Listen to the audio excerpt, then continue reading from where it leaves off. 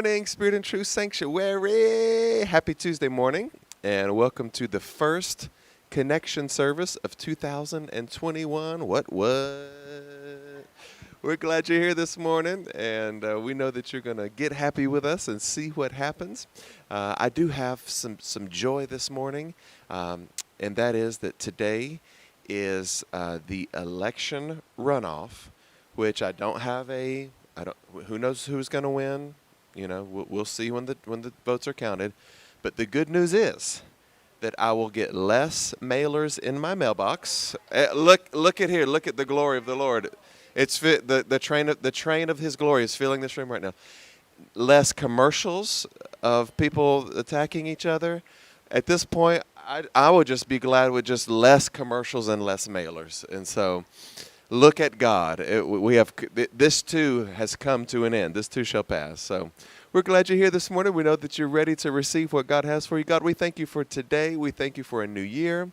We thank you for a new us. God, we thank you that a new day demands a new way. We are willing to think higher, to raise our level of vibration this year. God, we are going to get happy and see what happens. And it begins today. In Jesus' name. Somebody say amen. Amen.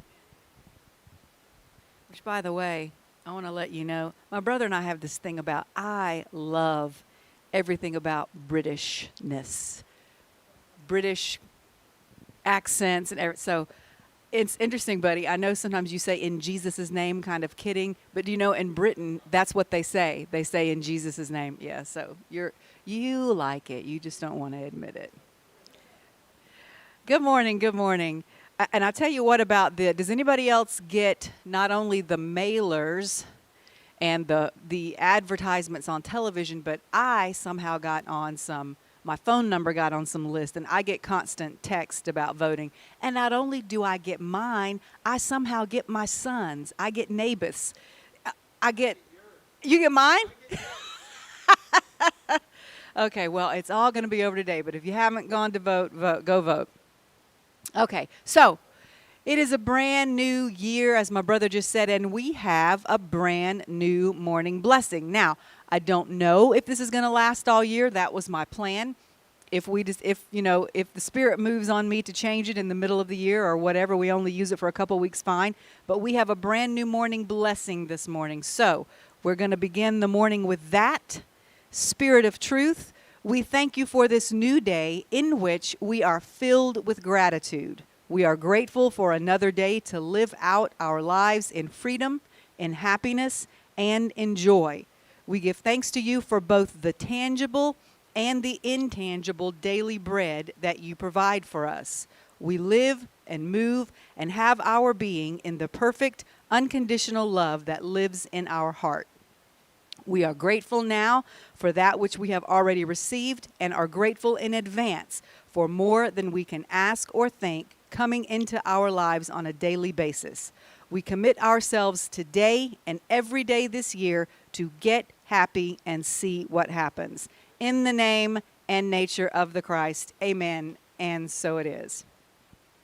Okay, so obviously, in case you don't know, in case you've been under a rock somewhere, our theme for this year is get happy and see what happens. So, and I've got, by the way, this leather band that I have on my arm was made for me by Miss Vicki Mullins, who does this, and you can get one. I believe she sells them for $5 or $10 maybe, but it is embossed with those words, get happy and see what happens.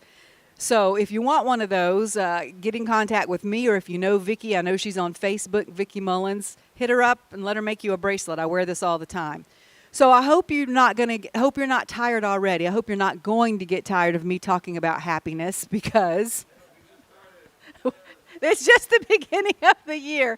But I think that it's going to be a big topic this year. And one reason why is because it has been proven time after time after time that being happy raises our vibration. And after the year that we had last year, I think that everyone would agree we certainly are in need of some vibration raising. So that's what our topic is going to be today. I'm going to begin with the quotes, as I always do. The first one, to be happy with yourself in the present moment while maintaining a dream of your future is a grand recipe for manifestation. Dr. Joe Dispenza. Next, for every minute you are angry, you lose 60 seconds of happiness. Ralph Waldo Emerson. Next, this one's from Gandhi. Happiness is when what you say, and what you do are in harmony. Next, it's not easy to find happiness in ourselves, and it's not possible to find it elsewhere. Agnes Replier. Now, I have read that particular quote to you before, and I remember the last time I quoted it, I gave you this example. I said, basically what this quote is telling us is that when your only choice is between difficult and impossible, you're going to choose difficult no matter how hard it seems, because you actually have no other choice. Your only other option being impossible. It's like you see this option and you think, oh no, that's too difficult, that's too hard, let me just move on to the next one. And then you move on to the next one and it says impossible. You're like, well, maybe that one didn't look so bad after all. So it is difficult to find happiness inside yourself, but the only other option and alternative is impossible. You cannot find it outside of yourself. So if you want happiness, then you're going to go with the difficult task of finding it within yourself, because difficult is still doable. And then I also gave the example, I think last time, of, when you fix your kids something for dinner and they say I don't like this, I don't want it. Well, if you give them the option of, okay, then just don't eat, go to bed without dinner, they're probably going to eat whatever it was you made. Okay, so happiness, that is our theme this year. As I've already said, get happy and see what happens. But as my brother mentioned in his sermon this past Sunday, the 4 levels of happiness, in which he threw some Aristotelianism on us. That is an Emory University word right there now. My brother is learning something. It's not really, what he said in that sermon was, it's not really about only getting happy, but about getting happy, then staying happy or sustaining that happiness until it becomes your state of being. One of our quotes today was by Dr. Joe Dispenza, and he talks quite a bit about that progression from getting to a certain state and then holding that state steadily until it becomes a pattern in your life. And he talks about this in the context of breaking old negative patterns and replacing them with new positive patterns. So this is a part of what he says about this. Here he's describing how negative patterns are formed. And unhappiness, which is the opposite of what we're talking about today, getting happy, staying happy, and being happy. Unhappiness is something that I would consider a negative pattern that we would all pretty much want to change within ourselves. Dr. Joe says, how you think and how you feel creates a state of being. Now here's the problem. If you don't know how to regulate or control your emotional reactions to certain events, which you would label negative, and you keep the negative emotion associated with the event going for an extended period of time, that emotion will literally produce a chemical change in your body. If you stay in this negative emotion for days, maybe even a few weeks, it's called a mood.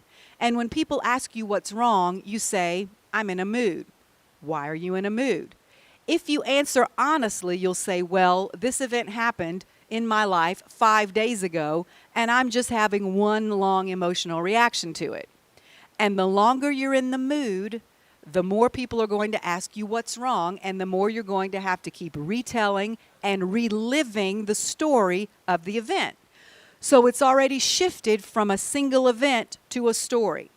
The more you tell the story, the more chemicals the emotion of that story is creating in your body, and then your body actually becomes used to these chemicals and craves them, so that when you wake up in the morning, the first thing your body starts to look for in order to feel normal are those chemicals.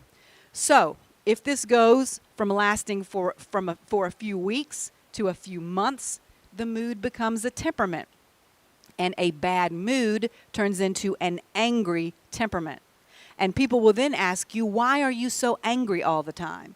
And again, if you answer honestly, you'll say, well, this thing happened in my life 8 months ago, and I'm still having one long emotional reaction to it. By this time, the chemicals in your body, the chemicals that your body is producing associated with this event, that has become a story, this mood, that has become a temperament, these chemicals are causing your body to memorize this state of negativity and anger and unhappiness. If this keeps going for a period of years, it moves from being a temperament to a personality trait and is essentially a huge part of who you are. Wow. So let's just take a breath and let that sink in. All right, so now we see how that process works. It's fairly depressing.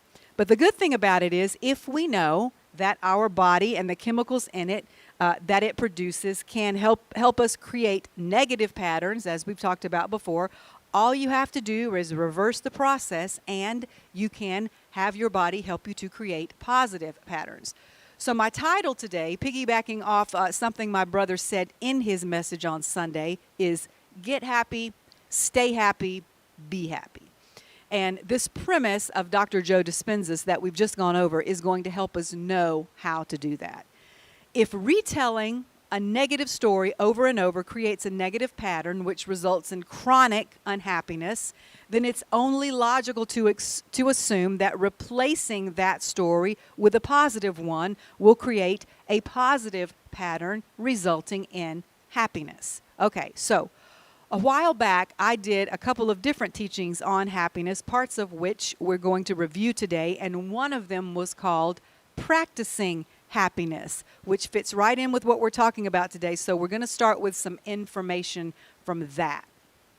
It says a lot of people think happiness is hard to come by, that it's rare and that it's random, reserved for only a few lucky people. But we'll see today that happiness is not something that comes ready-made. It comes from our own actions. It comes through practice. Happiness is not something we find or happen upon. Happiness is something we create and cultivate. Okay, I'm going to read now from a piece called Happy for No Reason. So happiness is just not this amorphous thing that's out there that we have to go find. I've talked about that before too, how it's kind of like a river that flows, and all we have to do is get ourselves into that flow, and there it is. But we can also create it, we can cultivate it, and we can and should practice it. So this piece was by a woman named Marcy Shimoff, and it's called Happy for No Reason. That's another big thing that we all need to learn. We don't really have to have a reason to be happy other than we want to be happy. She says, happiness, it's the one thing everyone everywhere wants and has been since the beginning of time. Everyone's definition of happiness is different, but most of us base it on either our possessions or our circumstances or some combination of both, which means the focus is always external. Now, my brother talked about this on Sunday. This is level 1, laetus, happiness from material objects. We think something external will ultimately bring us the fulfillment that we want, but it's not working. We have an epidemic of unhappiness in our society. Though we have more than ever materially, 1 out of 4 adults in America report that they are unhappy with their lives. Recent advances in science show us that happiness is more than a simple feeling. It's a state of being that encompasses our mind, our heart, and even our cells. And it's not dependent on reasons. Okay, so here's one of our first keys and clues. It's more than a feeling. It is a state of being. We've got to get there and stay there until we be there. And clue number 1 is it's not dependent on reasons. In other words, if we make it dependent on reasons, it won't become our state of being.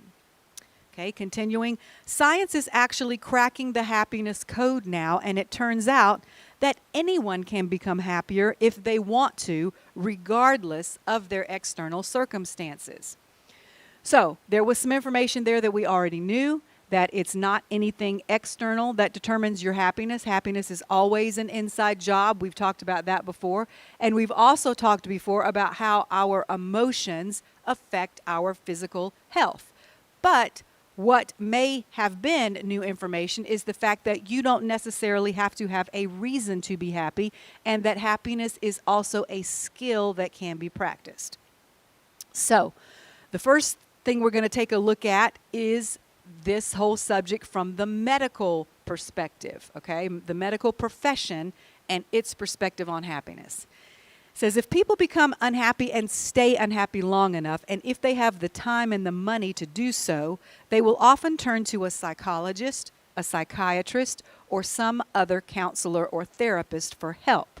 And pretty much since the beginning of what is known as modern medicine, doctors in these professions have spent a great deal, if not all of their time, focusing on what's wrong with their patients, concentrating exclusively on the negative aspects of life people present to them to get help with. And they do this because this is what they've been taught to do. It's how medical schools, up until very recently, have approached treating mental issues, especially those related to depression. For this video that I watched, Dr. George Valiant, a professor of psychiatry at Harvard University, was interviewed, and he had this to say. The most up-to-date textbook I have been given by Harvard University to teach from is 500,000 lines long. It has hundreds of lines about and references to things like sin, guilt, shame, terrorism, and anger. It has thousands upon thousands of lines dealing with things like fear, anxiety, and depression, but only 5 lines about hope, and only 1 reference to joy, and not a single mention of compassion, forgiveness, gratitude, or love. And it wasn't until the discovery over the last 20 years in the field of neuroscience were made that we even knew these things could be measured in a person. But what we've learned is that positive emotions improve mental functioning as well as physical well-being in wonderfully complicated ways. End quote. So both doctors and scientists have traditionally spent a great deal of time trying to fix things that aren't working properly. But recently, many different disciplines, including psychiatry, psychology, neurology, neuroscience, and others, are coming together to study not what makes us sick or sad, but rather what makes us happy. Okay? So that's a total different perspective on it, and I'm so happy that is shifting in the medical community. Studies show that each of us has what is called a happiness set point, which is a fixed range of happiness we tend to return to throughout our lives, no matter what our external circumstances are. Just like our body has a natural fixed range of weight it likes to stay within and return to, that can only be changed through physical effort. Now, before I read this information back when I taught it the first time, I never knew that your body has a set weight it's a range of about maybe 15 pounds that it likes to stay in once you become an adult. Now, you can change it, but you can't change it unless you put some effort to it. Either way, you can't lose weight unless you put some effort into it beyond that 15-pound range, and you can't gain weight beyond that. Who would want to gain it? Some people do. Whatever. They're crazy. The good news is this happiness set point range, like our physical weight, can be changed. In the same way you'd crank up the thermostat on a chilly day to get to a comfortable temperature, you can learn to raise your happiness set point. What we have learned about our happiness set point, which is how we feel on average most of the time, no matter what happens to us, is that only 50% of it is controlled by genetics. Okay, so we're taking that excuse out of the way. It's not all genetics. So the actual level of chemicals like, okay, and this 50% that's genetic is actually talking about the level of chemicals your body produces, such as serotonin and dopamine. 10% more on top of that of what contributes to our happiness set point is our external life circumstances. The remaining 40% is what we have to work with and where we can focus on intentional activities that will either raise or lower our happiness set point. An example of how this happiness set point works is people who win the lottery, which many would think of as the golden ticket to happiness. However, statistics show that 1 year after winning the lottery, most people return to the same level of happiness they had before they won the money. The same is true on the other end of the spectrum. After having a negative experience, such as I'm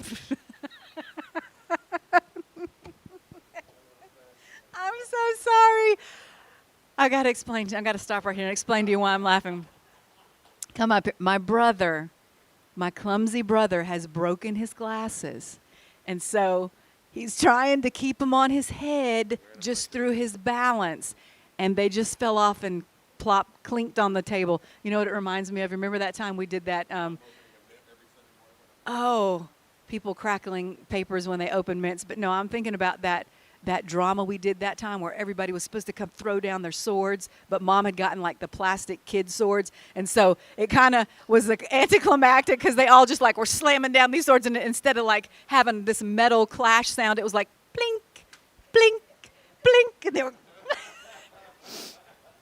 all right. So this is the joy of the Lord this year. Happiness. We're getting happy for no reason. We get happy thinking of something that happened 20 years ago.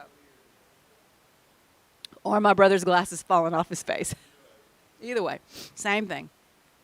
Okay, so happiness set point. So if people that win the lottery, because of this thing called a happiness set point, a year later, pretty much, they're back at that same happiness level. But good news, same thing is true on the other end of the spectrum. After having a negative experience, such as your car being broken into or losing your job, 6 months to a year later, no matter how bad things get, people tend to return to the same small range of happiness that they fell into before the event.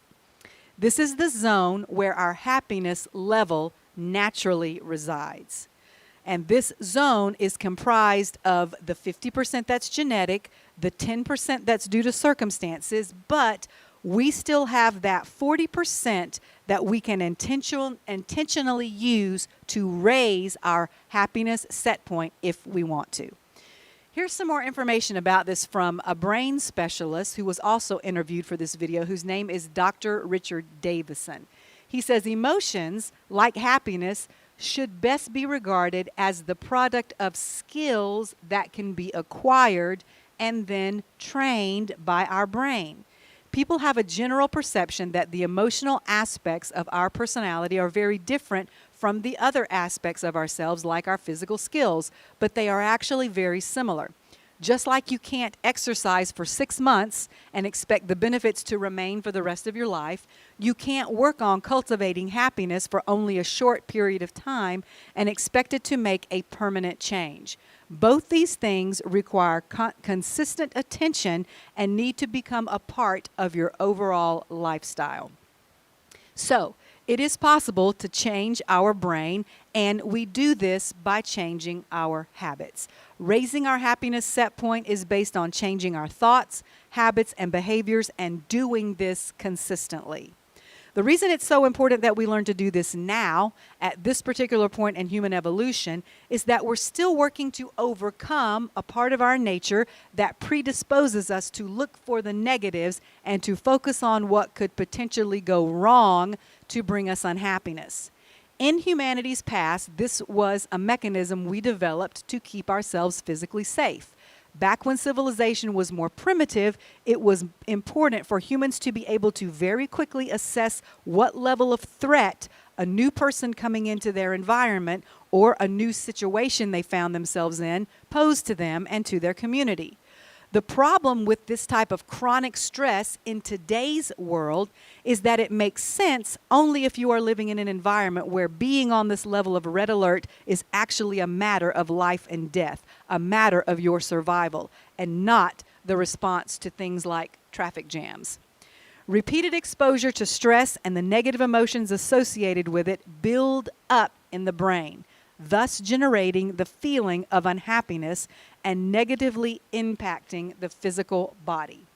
In order to offset this, we need to use the 40% that is in our control to create happiness that can be experienced regardless of our external circumstances. As has been discovered, we can do this by practicing happiness habits. And so then they give 7 happiness habits, which I'm going to go through quickly, that you can do. If you want to write them down, go ahead. Now, I did this several years ago, but if you haven't heard it, or if you just, it's always good to be reminded. Again, because why? Because we need to consistently be doing these things. Happiness habit number 1, take responsibility for your own happiness. We all know we're supposed to do this, but it's always good to be reminded. The most effective way we can take responsibility is by not allowing ourselves to blame others for our personal well-being. When we do this, we give our power away and we immediately become the victim, which we've talked about many times before. Sometimes blame in the short term, especially in the aftermath of an overwhelming event, is useful in the immediate. You figure out, oh, well, this happened because of this. But the problem with that, the problem with blaming, comes in when we stay in it for too long. It is not useful as a long-term strategy. The only way you're ever going to have a successful life is to feel like you are able to cope with things well. And once you get stuck in blaming others or blaming your circumstances, it is the equivalent of admitting you can't cope. Changing your perspective is one of the touchstones of raising your happiness set point.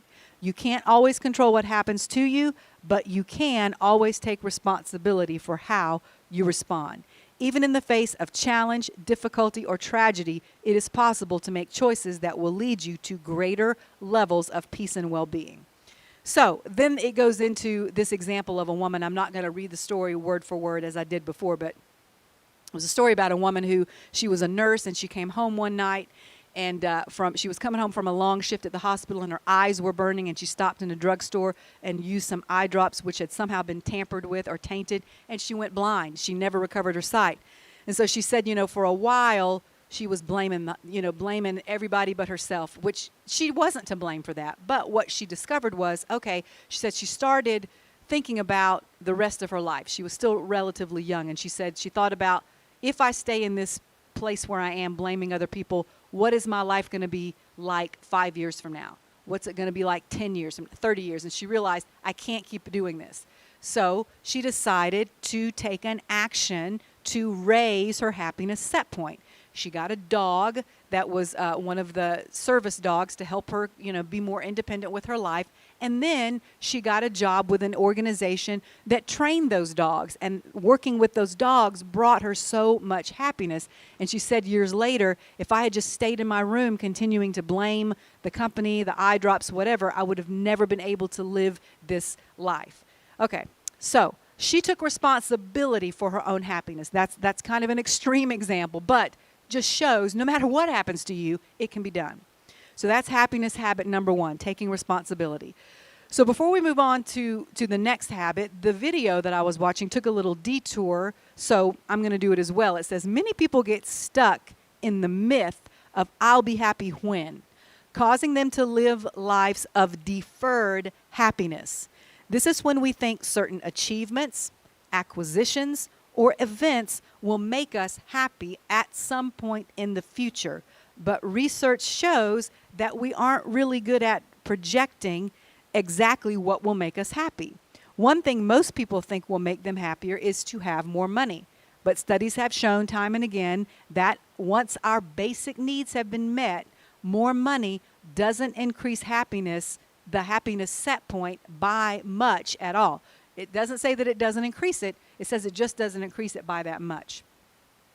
Lots of our unhappiness, in fact, whether it's about money or how well we play tennis or anything else, is the result of comparing ourselves with other people, which is why we should try our best not to do this.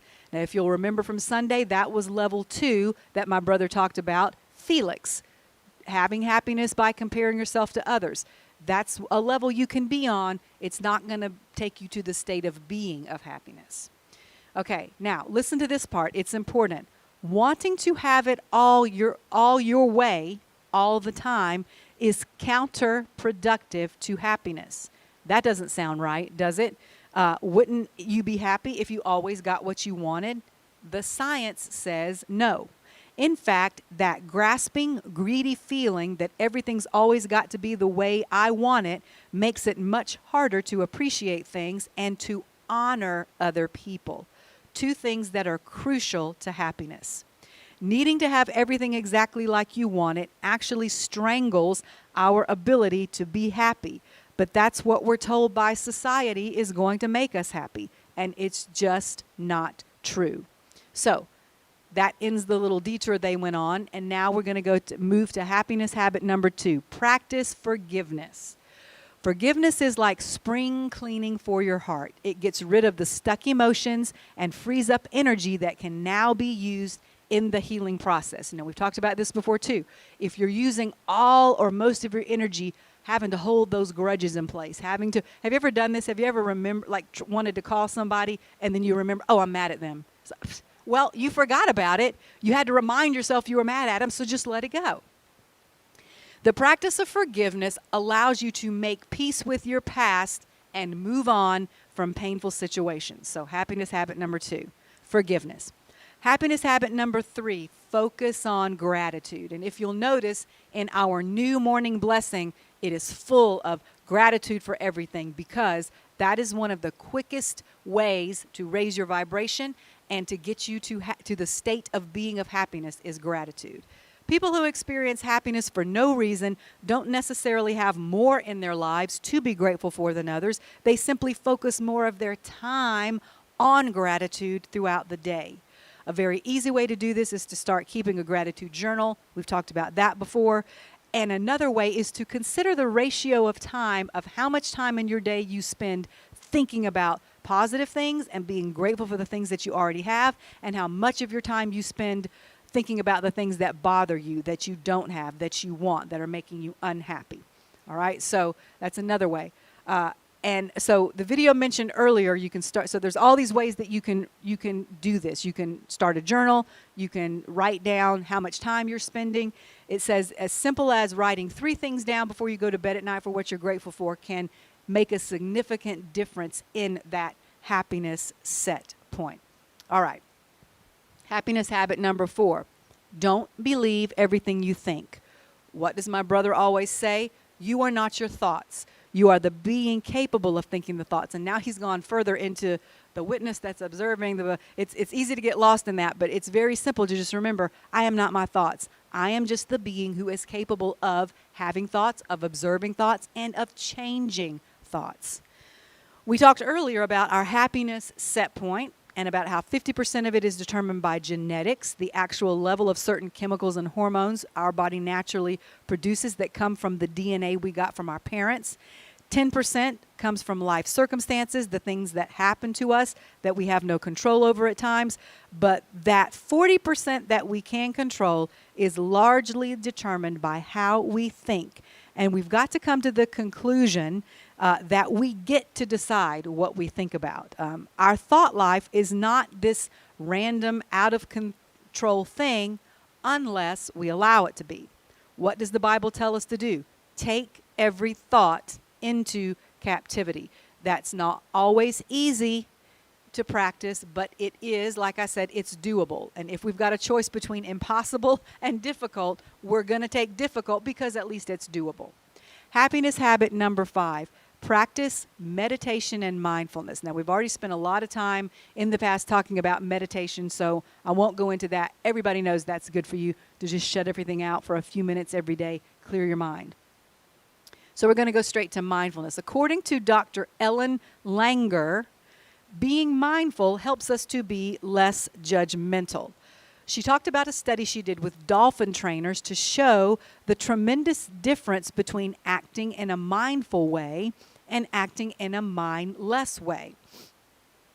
They put the trainers in the water and let the dolphins swim to them. Half of them were told to think about whatever they wanted to, mindless. The other half were told to think specifically about the dolphins that they were working with, how each dolphin was unique and different from the others, how a specific dolphin was behaving differently today as opposed to how it had behaved in the past, or just about why they liked working with dolphins.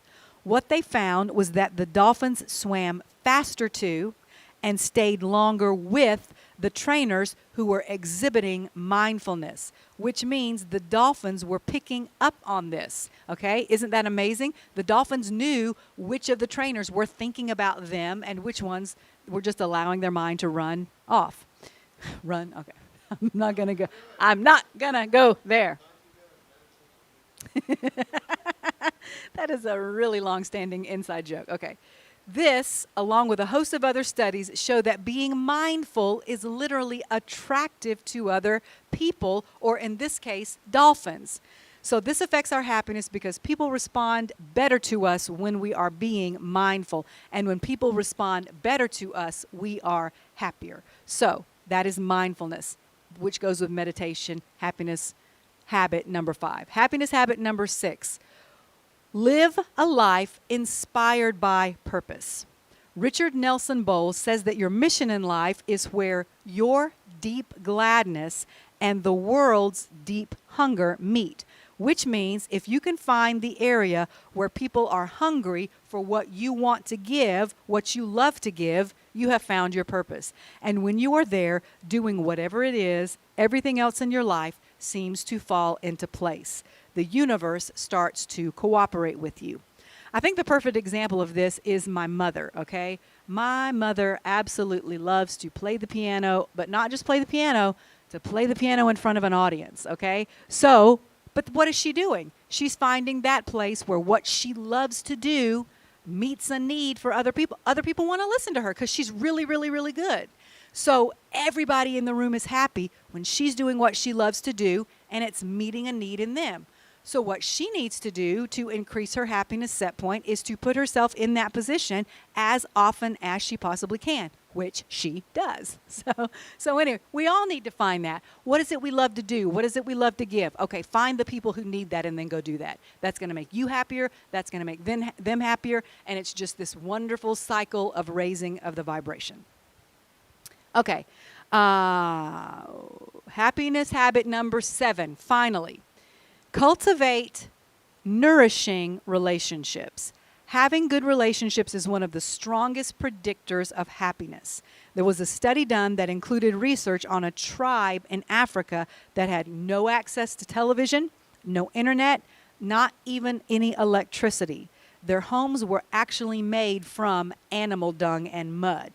Most people would not consider that an environment that is especially conducive to creating happiness. But the research showed their happiness was not substantially lower than people on the Forbes 1000 list, which I'm assuming are the 1,000 most richest people, the 1,000 richest people in the world. So one thing that was noted about this tribe was that they had very strong family and social connection. So people's level of happiness is clearly not determined by money or by their level of fame, as we've seen. There are many, many famous people who are very unhappy. So it's the relationships we have in our lives, much more so than how much money or fame we have, that determines our happiness. And here's another reason our relationships are important. Have you ever heard about something called social contagion? Social contagion is the transmitting of an idea or an emotion from one individual to other individuals. And nobody really knows the mechanism by which an emotion can be contagious, but it's suspected that it has something to do with this energy field, that our heart emits. We've talked about that. The energy field that our heart and our brains emits. You can actually transfer your emotion. Now, we know this because there's some people that walk in a room that just bring sunshine with them. There's other people that walk in the room that's just wah, wah. I mean, the minute they walk in, you know what they're going to start talking about, bad things that have made them sad, and it's just, Debbie Downer. They're full of factoids that are going to make you unhappy. So, social contagion is a thing. So we've dealt this past year with a lot of contagion. So let's make 2021 an emotional contagion. Let's start spreading. Let's be super spreaders of happiness and good positive emotions.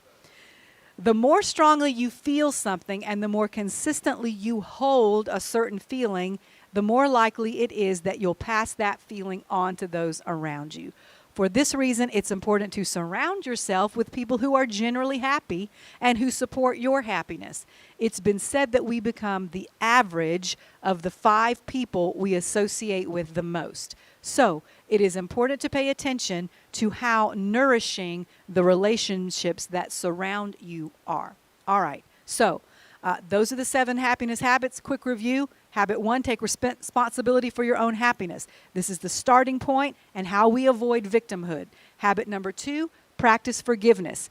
In order to be happy, you have to practice the conditions of happiness, among which are compassion, forgiveness, tolerance, mercy, making peace with your past and everyone and everything in it for your own sake. Habit number 3, focus on gratitude. Learn to concentrate more on what you have and the things that make you happy and less on what you don't have and the things that make you unhappy. That's just simple math. Habit number 4, don't believe everything you think. You are not your thoughts. Learn to question your thoughts. Instead of accepting facts as absolute, look at them as statements that are true in some context, but not true in others. When you accept facts as absolute, you are setting yourself up to be mindless and wrong. We've been taught these things are good and these things are bad, not taking into account the context. But context matters and thoughts depend on it. So we should always question our thoughts and not just accept them as truth blindly or mindlessly. Every story can be told from the viewpoint of either the victim or the hero. It's the same story. The difference is which perspective you're telling it from. And the story you tell comes directly from the thoughts you think. Okay? Habit number 5. Practice mindfulness and meditation. You don't have to just accept the 60% of your emotional makeup that comes to you through your DNA and your life experiences. You can change the set point of your emotional life through intention and consistent practice of happiness. Habit number 6, live a life inspired by purpose. Find your zone, that place where people need what it is you love to give. And finally, habit number 7, cultivate nourishing relationships. All right, so that was pretty much all about how to get happy. We're going to move on now toward how to stay happy so that we can ultimately achieve the state of being that is happiness. Let's go back to my brother's sermon from Sunday for a minute. In the information I just gave you, I referred to levels 1 and 2 that he gave us, Laetus and Felix. The third level he mentioned was beatitudo, or the happiness that comes from doing good deeds, especially for others, or to make the world a better place. And in his teaching about this particular level, he talked about the fact that there are a few limitations at this level. So I'm going to read you a little of what he said and then suggest a possible way to transcend those limitations he spoke about. He said that on this level, we move away from ourselves and focus on the well-being of others. In essence, our own happiness is somewhat dependent on the happiness of others. And then he quoted Dr. Martin Luther King, who said all of these things. What affects one directly affects everyone indirectly. Injustice anywhere is a threat to justice everywhere. I cannot be fully who I am until you are fully who you are. We are all inescapably tied in the network of mutuality. On this level, we start to wake up to the global nature of humanity and realize it's not all about me as an individual. Okay, so I would say to that, yes and no. Remember last week's teaching where we talked about darkness being both all and nothing? So there's a similar concept going on here. Yes, we are all connected, and what affects one affects us all. However, just because everyone is not up on this level of wanting to be happy all the time, and some people aren't. Some people enjoy their misery and will fight you if you try to help them get rid of it. They don't want to get rid of it. They don't, because they've become totally identified with it and they would not know who they are without it. So while what they're giving off and sending out does affect the vibration of the whole, what we who don't want to be there, we can't allow ourselves to stay down on that level. What we've got to do is be that person that tries to raise it no matter what they're doing, okay? Because if you don't, you're not helping yourself or them. My brother and I both have quoted this before. I'm not sure who said it first, possibly Reverend Ike, but the quote is, "The best thing you can do for poor people is not be one of them." Now, that statement in no way implies that you shouldn't care about poor people or that you shouldn't do what you can to help them change their circumstances. But the point is, you can only help poor people from a position of power. If you're both down there in the same ditch, it's significantly harder for both of you to get out than if one of you's up here on the stable level ground pulling the other one up. In other words, a broke person can't really get a lot of help from another broke person. He can only get help from a person who's got some money. Okay. So, of course, we are supposed to have compassion for others who just can't seem to get happy, who have gotten stuck in a low vibrational level of life. But the best way we can help them is to tend and take care of our own happiness and what we send out, because that's going to affect them. As I said earlier, my brother also mentioned that there are some limitations on this level of happiness, and one of those limitations is human imperfection. He said, when we realize that no one is perfect, including ourselves, we know that human relationships often involve disappointment, jealousy, and the risk of being hurt. So, if we're going to get happy and see what happens in 2021, our happiness can't be from just doing good for others, because humans and human relationships are imperfect. End quote. So, what do we do? How do we transcend this limitation? We have to approach it the same way we learned to look at the darkness last week, as both all and nothing. We have to know that, yes, we are one. We are connected. And yes, what affects one directly affects all of us indirectly. So, because that is true, as many of us as is possible need to be the ones up on the high solid ground, emitting and sustaining the high vibration of happiness, so that through that connection we can begin to raise those other people up if they cooperate and want to be lifted. But we can't let their inability to sustain a certain level of happiness or anything about how they choose to behave stop us from making changes in our own life. When we fall into that, we start the blame game of, I can't live my life because he. I can't live my life because she. So on that topic, I want to read a very short piece from Esther Hicks called Vision for 2021.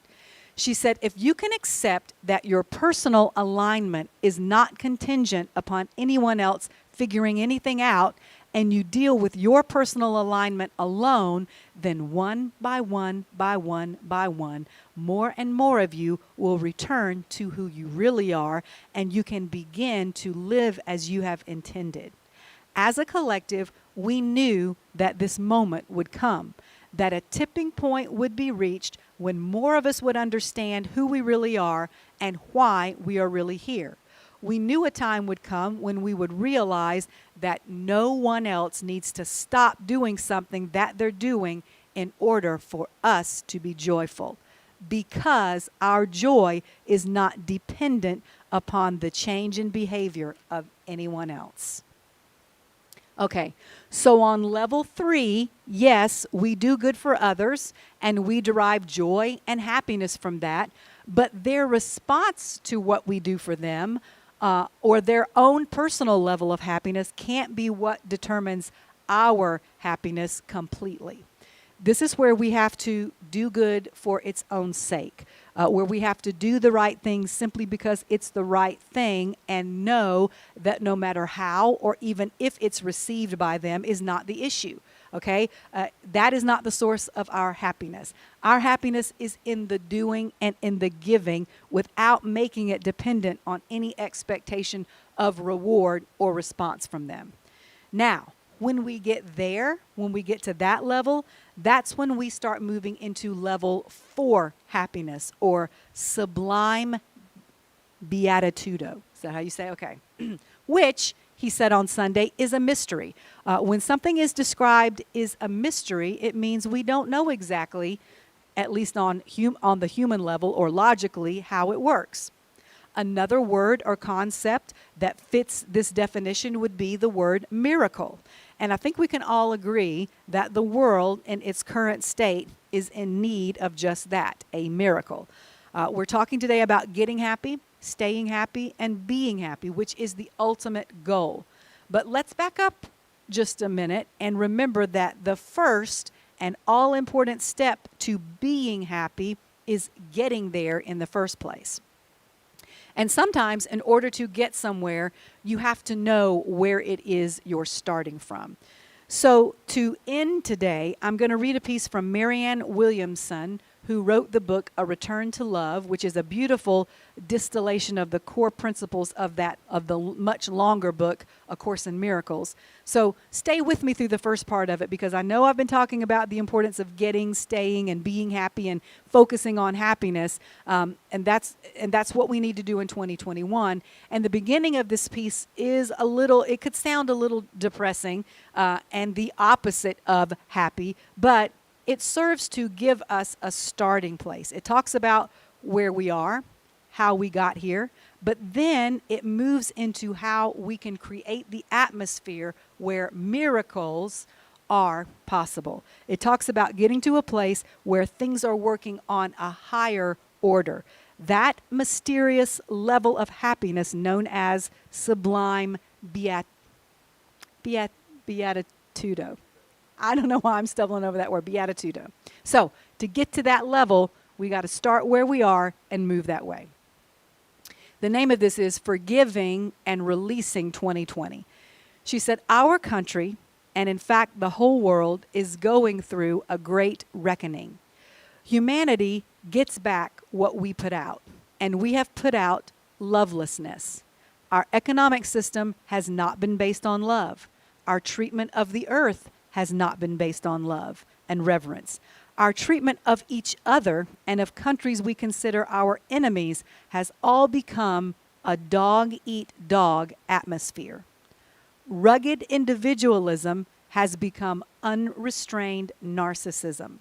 We've placed the rich over the poor. We've valued getting more over being more. And now the payment, the reaping, whatever you want to call it, has come due. And we can't just ask karma to stop operating, because it's not going to. We've got to become the people we need to be, not only to be able to endure the drama that will continue to unfold in 2021, but so we can be the people in whose presence and from whose behavior will emerge the power to transform that drama and karma that's coming our way as a result of simple cause and effect. Be the change has to become more to us than something we use as a screensaver for our computer. If we want the world to change in 2021, we must be willing to be the vessels of that change and to embody the repair and healing that needs to occur. We're all very good at pointing our fingers at others and labeling them the problem. But the question is not who's the problem. The question is whether or not we are willing to be the answer. Each and every one of us has it within ourselves to become the answer in collaboration with others. Now, there's that connection. Because one person, one great leader, is not going to solve everything. That's not the zeitgeist of this moment. This moment is about an evolutionary leap for the whole human race.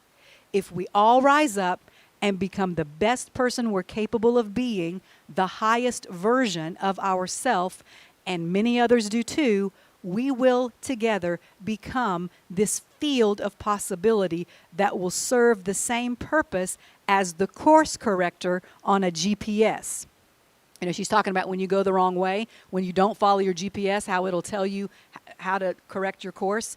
We will recalculate the route for humanity through recalibrating ourselves. Miracles occur when we all shift inside the way that we need to, individually, but also on the collective level. The Bible speaks about a great final war, but I believe we've all been through our own personal Armageddons. These collective challenges are the great war. And what we must do now is put all the wisdom we've gained from our personal, individual battles together and share it with the collective for our common good. We're all assigned to different areas, and we must do our own work in whatever field we find ourselves in to transform the times in which we live. Jean Paul Sartre said, "These are not beautiful times, but they are our times." This time is not what any one of us would have chosen, but other generations have faced their time as well and have risen to the occasion, and we can do it too. Each of us will be given a little corner of the garden to tend, and each of us will be invited to become more than we could be. There is a line in A Course in Miracles that says, "Miracles occur naturally as expressions of love." And when we are in a state of love, when we are at our best, when we have forgiven everyone and we are kind and generous toward everyone, we're actually smarter. It puts us on a higher level of emotional intelligence, and that actually attracts miracles because it creates an atmosphere where things are working at a higher order. So, that higher order that she's talking about, where the atmosphere is right for a miracle to occur and for us to see an about face in the direction of humanity, has been in the direction that we've all been heading, begins on this level of sublime beatitudo, where we are both connected to each other, but yet we are all each responsible for tending our own little corner of our garden by maintaining our feeling, our level, our set point of happiness. I love that imagery.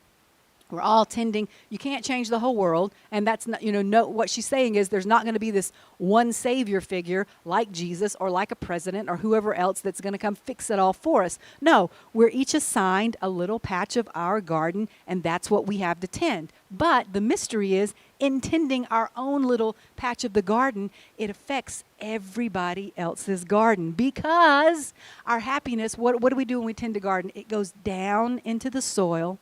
And at that level where our roots are, they're all intermingled with everybody else's roots. Okay? So if you do your part on your little patch, it's going to go down into your roots, connect to somebody else's roots, and before they know it, they're just going to be getting happy and they don't know why. Okay, I love this part too. I'm wrapping it up.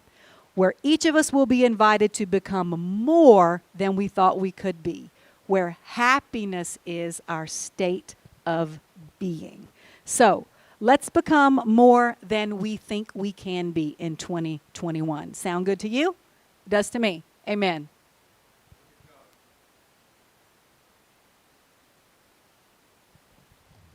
I'm going to take my mask off when I get away. Take my... So I was getting happy while my sister was teaching today. I want to show you what happens. When I was shaking my head yes, my glasses were going... I was like, yes, LaDonna, that's good. That's good. That's good information. That's good stuff. All right, so, wow, what a lesson today. My goodness. Get happy, stay happy, be happy. I've got notes all over my phone today from everything that we received, and so we give thanks for such a wonderful teaching today. We wanted to give some shouts out today to Miss Callie, Emma, Monique, Sheila, Elaine, Ben, and Vicky. I'll give you a little bit of love, Ben. When LaDonna came in this morning, she was trying to cover up a part of her notes with either some announcement or something, and she was going to cover up the call Ben up. and we just couldn't do it. You can't cover up Calvin up. That's the joy of the Lord right there. Man, these glasses. I'm like, I can't. Let's see. Get happy and stay and be happy. Just be happy that your glasses are broken. I'm happy that I actually bought the insurance. They like, sir, do you want? I was like, yes, I need to buy the insurance for these glasses. So I'll get me a free frame at some point.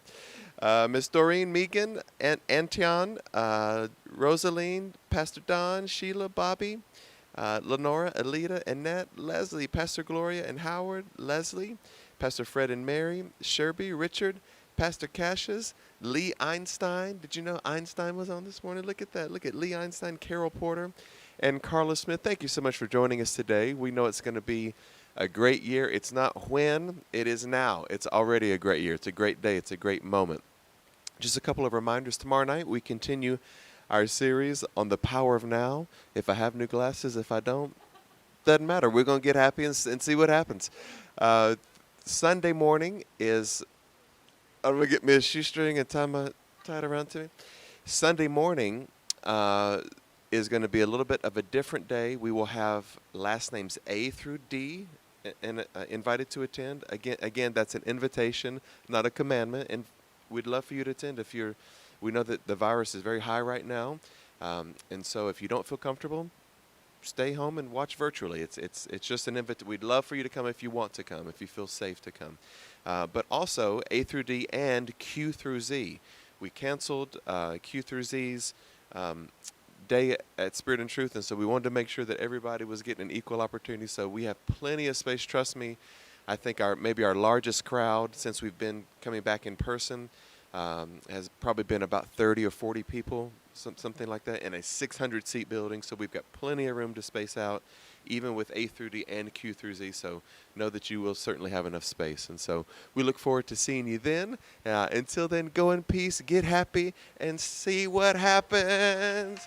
Get happy and stay happy. Go in peace. May God bless you.